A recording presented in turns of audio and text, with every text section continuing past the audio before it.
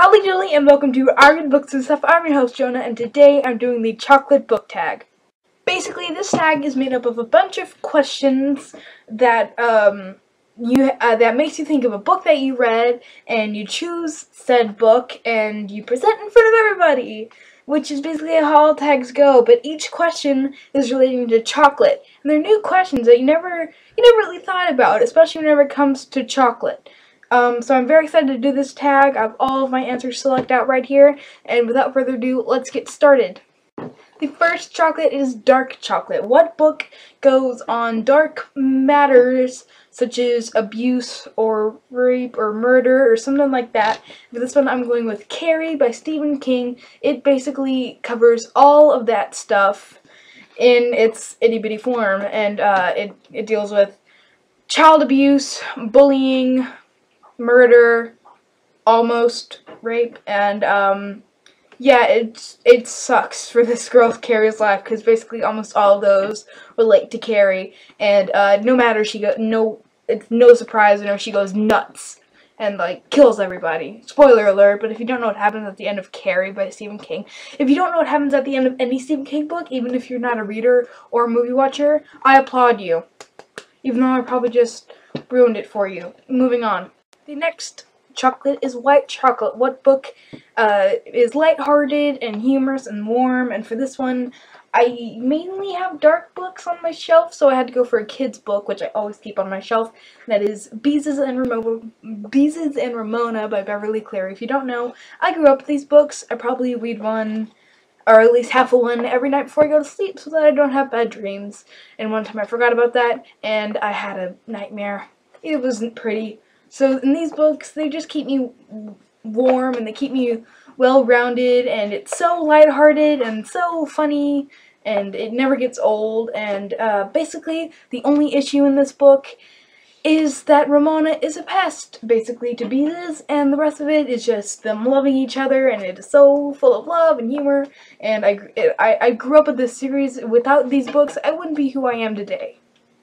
The next chocolate is milk chocolate. Which book has a lot of hype and you are dying to read it? And for this one, I'm going with Across the Universe by Beth Revis. I got this at the library today, and I'm very excited to read it because everybody is loving it, and it seems like the book I will like. This book follows Amy, which is a 17-year-old or 18-year-old, but technically 317-year-old, because she is cryogenically frozen and put on a spaceship along with her two parents, and she wakes up and basically everything goes wrong on the ship, and she meets a boy named Elder, and yeah, it sounds perfectly cliche, like a regular dystopian YA book on a spaceship. So I'm very excited to read this book, and I have high-ish hopes, because last time I read a book with a lot of hype, I didn't really like it that much. But this book, I'm very excited to read it. It seems like a very easy book to read, and I love the cover. I don't know why they changed the cover, because these covers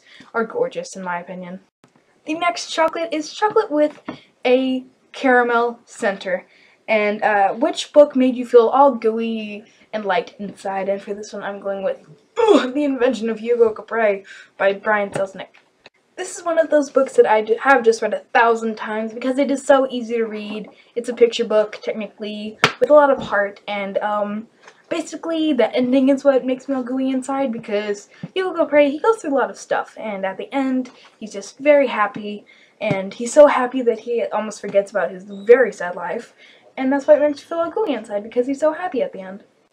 The next book is a wafer-free Kit Kat. Not sure what that means, but the question is, what book surprised you lately? For this one, I'm going with Delirium by Lauren Oliver. I recently read this book, and I gave it 3 out of 5 stars, so I didn't really love it. Like, throughout it, I was just like, this is so boring, lame, cliche.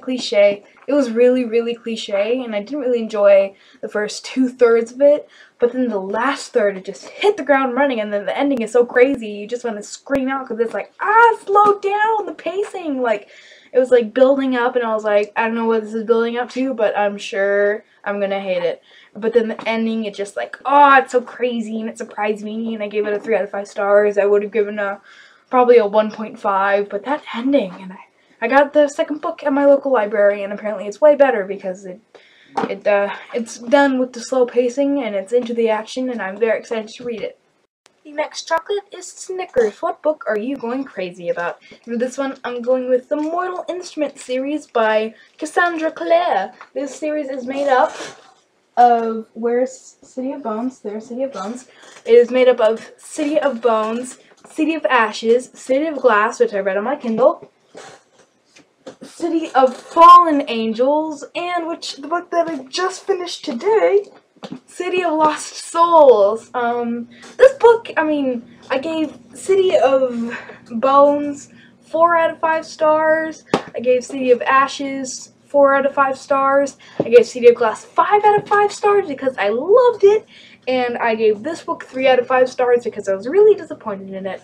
So, basically, I'm reading this book, and I'm like, okay, this isn't going to be good, because people said it was just as disappointing as City of Fallen Angels, and I was really disappointed with City of Fallen Angels, so I was like, okay, I'm going to hate this book, and I was like, I got to the second page, and I was like, they're right. Then I got to the third page, and I was like, what? It was crazy. I was like holding on to dear life so I didn't throw the book against the wall because it was so crazy, it was so sad, it was so funny, it was so crazy, and then it ended, and I was like, ugh. So yeah, this is the book I'm currently going nuts over, and I need City of Heavenly Fire right now, or else I'll smack somebody. I will smack somebody if I don't get City of Heavenly Fire soon. I need it. I can't believe I have to wait till the end of May to have it in my possession. I'm probably going to go insane in that time. Or I could read the Infernal Devices trilogy, but let's be honest, which one is more realistic?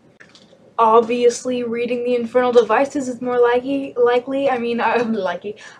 already read Clockwork Angel, and I already got Clockwork Prince.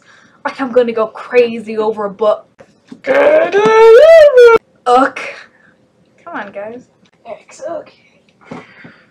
The next chocolate is hot chocolate with cream and marshmallows. What book do you turn for a comfort read? And for this one, I'm going with, excuse me, with F My Life by Maxime Villette-Guillaume Passaglia and Didier Gouhet. I'm so sorry for the vulgar title. I mean, you don't usually see a book called F My Life, but this is a book about the website FML, and it has excerpts. Like, I will read you one right now. Let's see. No curse words in this one. Hallelujah. Today, a man on the train asked me if I had any change. I quickly responded, F My Life, by Maxime Villette-Guillaume Passaglia and Didier Gouhet. This is based on the FML website, and it has excerpts from said website, and it has some really funny ones, like the one I will read you right now. No curse words. Yay. Today I woke up next to a slumbering girl I had just met the night before. She had all the covers on top of her, and I was cold. Not only was I cold, but the sheets were really cold. When I got up, I realized that she peed all over my sheets, FML.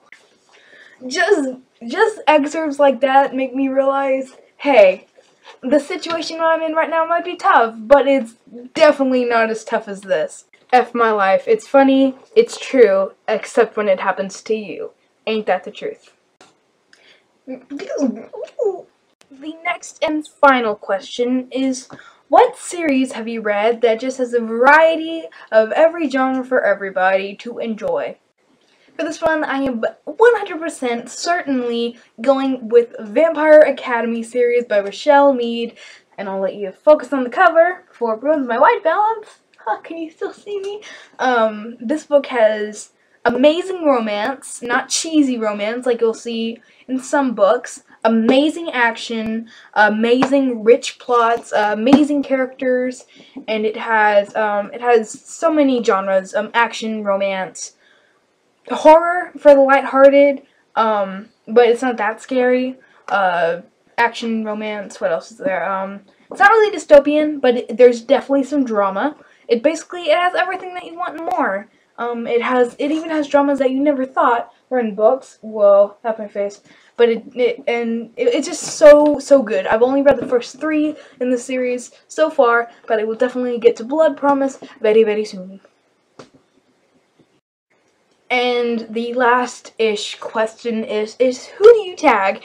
And tag Becca Awesome Booknut. I don't know who and who has not done this tag, so I'm only tagging one person, and I'm not sure if you've done this tag. If you have, just let me know and link me to it, because I would love to see you do these questions, which is why I tag you. And that is the video. I hope you enjoyed, and I will see you next time. Bye-bye.